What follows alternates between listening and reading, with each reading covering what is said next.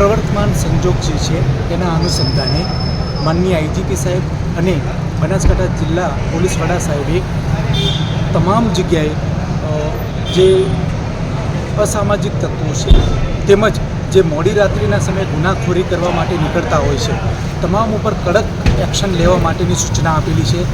જે અન્વયે તમામ જગ્યાએ વાહન ચેકિંગ ચાલુ છે, જેમાં જે બ્લેક ફિલ્મ વગેરે હોય છે દૂર કરવામાં આવે છે। તદુપરાંત ચેકિંગ દરમિયાન કોઈ એવા ઇસમો જણાઈ આવે તેઓ ઉપર પણ કડક કાર્યવાહી કરવામાં આવી રહી છે।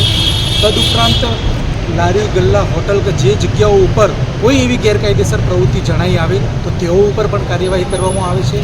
તદુપરાંત માનનીય ડીજીપી સાહેબની સૂચના અનુસાર અત્યારે જે એક કરતાં વધુ ગુનાઓમાં સંકળાયેલા છે એવા લોકો ઉપર કાયદાનો સિકંજો મજબૂત કરવા માટેની યાદીઓ બની રહી છે અને ઘણા એવા લોકોના આનું રેકર્ડ બની પણ ગયું છે અને ટૂંક સમયમાં આ તમામ લોકો ઉપર કડકમાં કડક કાર્યવાહી કરવામાં આવશે એ મુજબની પોલીસની કાર્યવાહી ચાલી રહી છે।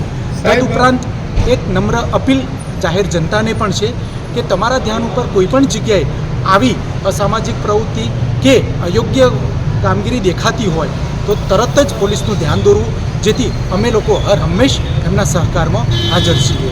સાહેબ, ગુજરાતના ડીજીપી સાહેબ વિકાસ સાહેબ દ્વારા જે 100 કલાકમાં યાદી તૈયાર કરવા માટે તમામ પોલીસ સ્ટેશનને ડીવાયએસપી અને એસપી સુધી સૂચના આપવામાં આવી હતી, તો ડીસામાં આવી કોઈ યાદી તૈયાર કરવામાં આવી છે કે નથી? એની કામગીરી ચાલુ છે અને સમય મર્યાદામાં જરૂરી માહિતી ઉપરી અધિકારીઓને વડી કચેરીએ મોકલી આપવામાં પણ આવેલ છે।